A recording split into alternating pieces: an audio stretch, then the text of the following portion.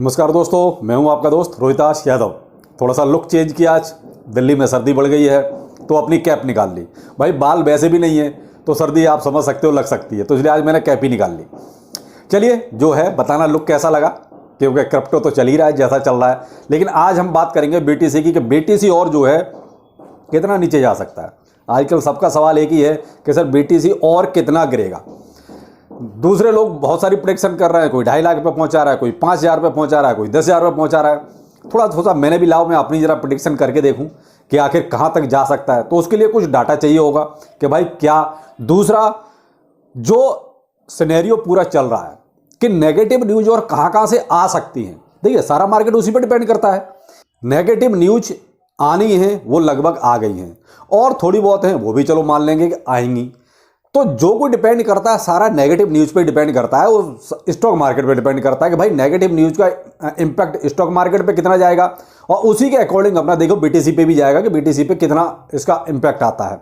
तो मैं आपको वन बाई वन थोड़ा सा न्यूज़ के बारे में पहले बताता हूँ, बीटीसी के बारे में बताऊंगा कि आखिर कहाँ तक जा सकता है। तो देखो पहले मैंने लिखा स्टॉक मार्केट। तो देखिए साहब स्टॉक मार्केट में जो नेगेटिव न्यूज़ है वो किसी का इंपैक्ट ज़्यादा पड़ता है, वो पड़ता है इन्फ्लेशन का। ठीक है, तो ज्यादातर इन्फ्लेशन रेट सबके आ चुके हैं। दूसरा देखिए अभी क्या थोड़ा सा रिसेशन की बात चल रही है, मंदी भी चल रही है। तो देखिए यहां पर एक चीज और मैं आपको यहां पर पॉजिटिव चीज बताऊं, वो है चाइना से। तो चाइना में जो कोविड का जो सिनेरियो चल रहा था, जो मार्केट क्लोज हो गए थे, जो मार्केट बंद कर दिए थे कोरोना की वजह से, वहां देखिए मार्केट को धीरे धीरे ओपन किया जा रहा है। तो आज का आप अगर स्टॉक मार्केट चाइना का उठा के देखें तो देखिए वहां पर ग्रीनरी है, बाकी और जगह रेड है, लेकिन चाइना में ग्रीन है। क्यों? क्योंकि वहां पर जो है कोविड की वजह से जो बंद था उसको धीरे धीरे अनलॉक किया जा रहा है। अब क्या हुआ, चाइना अभी तक देखिए बिल्कुल कटा हुआ था, तो अब चाइना इन्वॉल्व हो गया। भाई इकोनॉमी के तौर पे एक तरह से उसका स्टॉक मार्केट अब ओपन हो जाएगा। तो अब चाइना से जो पॉजिटिव न्यूज आनी शुरू हुई, तो कहीं ना कहीं क्या है, ये क्या है, एक बिजनेस का तरीका है कि अब बिजनेस बढ़ेगा। भाई जो स्टॉक मार्केट में जो कंपनियां हैं वो अपना भाई लेन देन शुरू करेंगी उस हिसाब से, तो उसका कहीं ना कहीं ग्लोबली इंपैक्ट भी जाएगा। तो ये देखिए चाइना वाली और कोविड वाली जो न्यूज है वो पॉजिटिव हो गई अब, क्योंकि अब तक ये नेगेटिव चल रहा था। दूसरा था रसिया और यूक्रेन का। तो देखिए रसिया और यूक्रेन एक अब बहुत वो कहते हैं गुजरी बात हो गई, बहुत हो गया, और अब इससे ज्यादा कुछ होगा नहीं। अब तो वो कहते हैं ना गीदड़ भभकियां रह गई हैं कि ऐसा कर दूंगा वैसा कर दूंगा, होना जाना कुछ नहीं है। जो जिसने करना था वो कर दिया, जिसको चिल्लाना था वो चिल्ला लिया। तो अब इस न्यूज का, रसिया यूक्रेन वाली न्यूज का कोई मार्केट पे इंपैक्ट नहीं होगा। क्यों? ये तो एज यूजुअल हो गया, और इसमें अब ज्यादा कुछ होगा भी नहीं। क्यों? स्टार्टिंग में ही होता है, उसके बाद खून ठंडे हो जाते हैं। तो अब ये ठंडे हो चुके हैं, अब इसमें ज्यादा इंपैक्ट नहीं आना। ठीक है, पैनिक न्यूज और किसकी आ सकती है? तो देखिए यहां पर अगर मैं अपने क्रिप्टो करेंसी के लिए देखूं तो मुझे ऐसी बड़ी पैनिक न्यूज अब अगर लगती है तो वो है ग्रे स्केल से। क्योंकि जो बीटीसी के एवज में जो इन्होंने जीबीटीसी दिया था, यानी कि जो ये एफटीएक्स का कांड था, उसमें केवल ये ग्रे स्केल एक ऐसा टॉपिक है जो कहीं अगर ये इंपैक्ट हुआ तो मार्केट में जरूर थोड़ी सी और एक पैनिक क्रिएट हो सकता है। वरना और इतना बड़ा कोई इंपैक्ट मुझे नहीं नजर आता कि और कोई ऐसा इंपैक्ट है। भाई फिर तो वही है कि जैसे एफटीएक्स कोलैप्स हुआ वैसे बड़े बड़े 2-4 एक्सचेंज कोलैप्स हो तो मे भी हो सकता है कि भाई और ज्यादा नीचे जाए, वरना इतना बड़ा इंपैक्ट और कहीं ऐसा नजर नहीं आ रहा। क्यों? अब सब अपने आप को संभालने में लगे हुए हैं, क्योंकि एफटीएक्स ने बहुत कुछ सिखा दिया। क्योंकि पहले जो सब अंधेरे में था ना वो सब खुल्लम खुल्ला हो गया, तो अब बहुत सी चीजें लोगों ने सीख ली और उनको अप्लाई भी किया जा रहा है। तो यहां पर मैंने आपको वही सारी चीजें रखी कि कहां पर इंपैक्ट आ सकता है। तो इंपैक्ट वाली चीज केवल वही ग्रे स्केल वाली नजर आई मुझे। बाकी तो देखिए सारी चीजें जहां से इंपैक्ट आ रहा है वो चीज मैंने आपको क्लियर की कि यहां से देखिए कोई बहुत अब नेगेटिव बड़ी न्यूज नहीं आने वाली, और क्रिप्टो करेंसी में भी वो बहुत बड़ी न्यूज नेगेटिव अब मुझे नजर नहीं आती कि ऐसा कुछ है। देखिए छोटी मोटी तो ये चलती रहेंगी।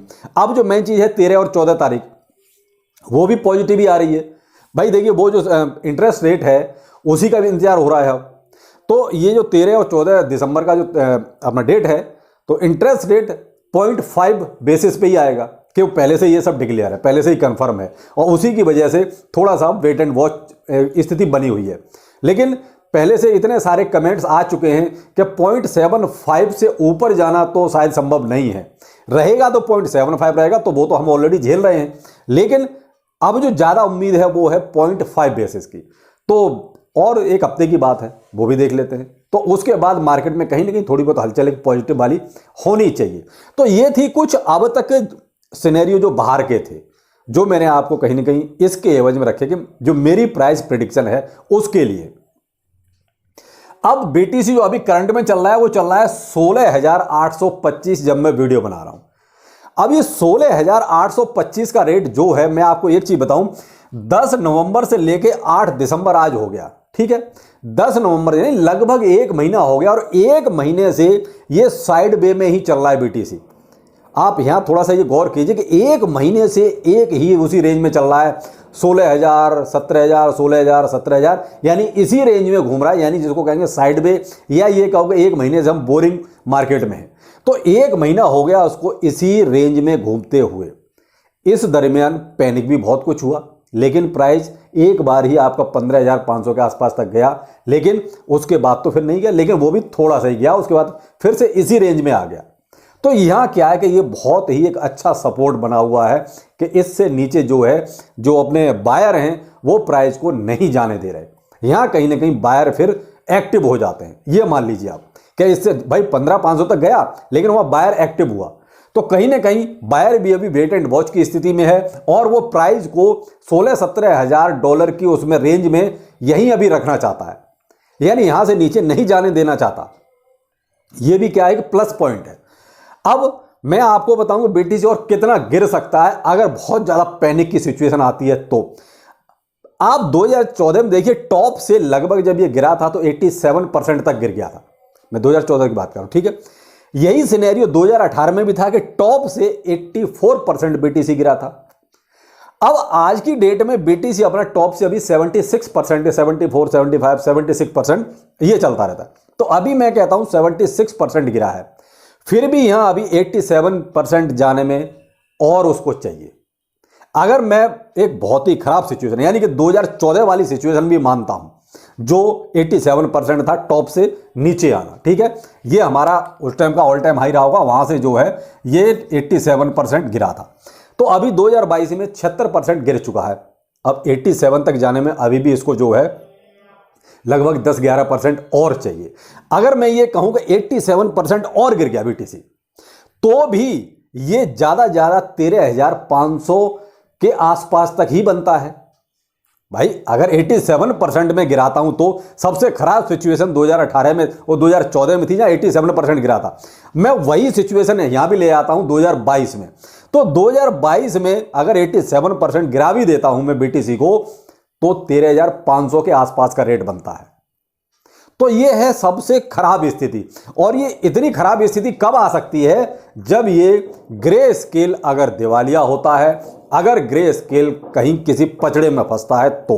वरना ये जो और चीजें मैंने आपको बताई, इसमें मुझे कहीं भी इतनी बड़ी पैनिक वाली सिचुएशन नजर नहीं आती कि बीटीसी को 13,500 से नीचे ले जाए। यानी जो ये कहा जाता है कि $10,000, $5,000, तो भाई जो मेरा अपना प्रेडिक्शन है, ये मेरा प्रेडिक्शन है भाई, तो मैं उससे नीचे शायद मुझे नहीं लगता कि 13,500 से नीचे जाएगा। फिर भी मैं यहां पर एक टारगेट प्राइस अगर दूं तो 12,700 से लेके मेरा जो है वो 13,500 का टारगेट है ये, कि बीटीसी कहीं भी इस दरमियान रह सकता है, वो भी बहुत ही पैनिक की सिचुएशन में। लेकिन यहां मैं एक चीज और कहूंगा, डिपेंड करता है कि भाई अमेरिका का S&P 500 जो है वो अभी किस हिसाब से चलता है, उसका मूवमेंट कैसा रहता है। भाई देखिए उससे बहुत कुछ इंपैक्ट आता है।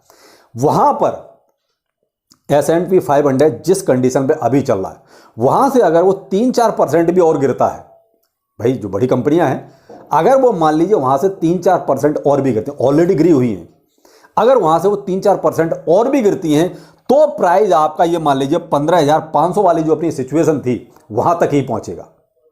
अगर मैं S&P 500 की बात कर रहा हूं, वहां से 3-4% और गिरता है तो आपका 15,500 चलता है। और मेरा जो अपना प्रेडिक्शन, मैं जो सोचता हूं कि अगर कितनी भी वर्ष से यानी कि खराब से खराब स्थिति हुई तो भाई 12,700 से लेकर 13,500 के बीच में कहीं बीटीसी स्टैंड करेगा। लेकिन वो कहते हैं कि क्रिप्टो करेंसी में बहुत कुछ चीजें ऐसी हो जाती हैं जो बिल्कुल छुपी हुई होती हैं। जैसे FTX का किसी ने नहीं सोचा कि ऐसा हो जाएगा। ऐसी कोई स्थिति होती है और रिपीट में होती है, बार बार होती है, तो फिर देखिए कुछ भी हो सकता है, ये क्रिप्टो करेंसी है। बस यहीं पे मामला थोड़ा सा फंस जाता है, वरना एज यूजुअल जो अभी चल रहा है, जो चीज़ अभी दिखाई दे रही हैं, उस हिसाब से तो मैक्सिमम यहाँ तक जाना चाहिए। अगर 87% गिरता है तो डिपेंड करता है कि आगे और ज़्यादा कोई कांड बड़े बड़े ना हो। अब कांड से मेरा मतलब FTX जैसा ही है। और मार्केट जो है अभी देखिए, अभी 4-5 महीने तो ऐसे ही रहेगा, अभी थोड़ा सा ऊपर थोड़ा सा नीचे, थोड़ा सा ऊपर थोड़ा सा नीचे। 4-5 महीने के बाद फिर जो है कुछ सिचुएशन एक अच्छी बन सकती है। तो ये था मेरा BTC का प्राइस प्रेडिक्शन क्या हो सकता है। सॉरी। बाकी क्रिप्टो करेंसी में भाई जो लोग हैं, जो ढीठ होल्डर हैं, जिन्हें मैं तो यही कहूँगा, या जो नए लोग एंटर किए हैं और आते ही उन पर गाज गिर गई है, उनके लिए 2 लाइनें। बड़े सपने देखो, ठीक है, बड़े सपने देखो और फेल होने की हिम्मत रखो। बस यही 2 लाइनें आपके लिए सफिशिएंट हैं कि सपना छोटा मत देखो, सपने बड़े देखो, और अगर फेल होते हैं तो उसको कहते हैं हिम्मत भी रखो उसको झेलने की। बस अगर ये आप कहते हैं दिल से सोच लिए तो फिर सब कुछ अच्छा ही होगा। थोड़ा सा बस पॉजिटिव रहिए, बाकी तो जो जैसा चल रहा है चलने दीजिए, क्योंकि उसमें हम ज़्यादा कुछ कर नहीं सकते। तो ये था कुछ प्राइस प्रेडिक्शन BTC का। कैसा लगा जरूर बताइएगा। नमस्कार।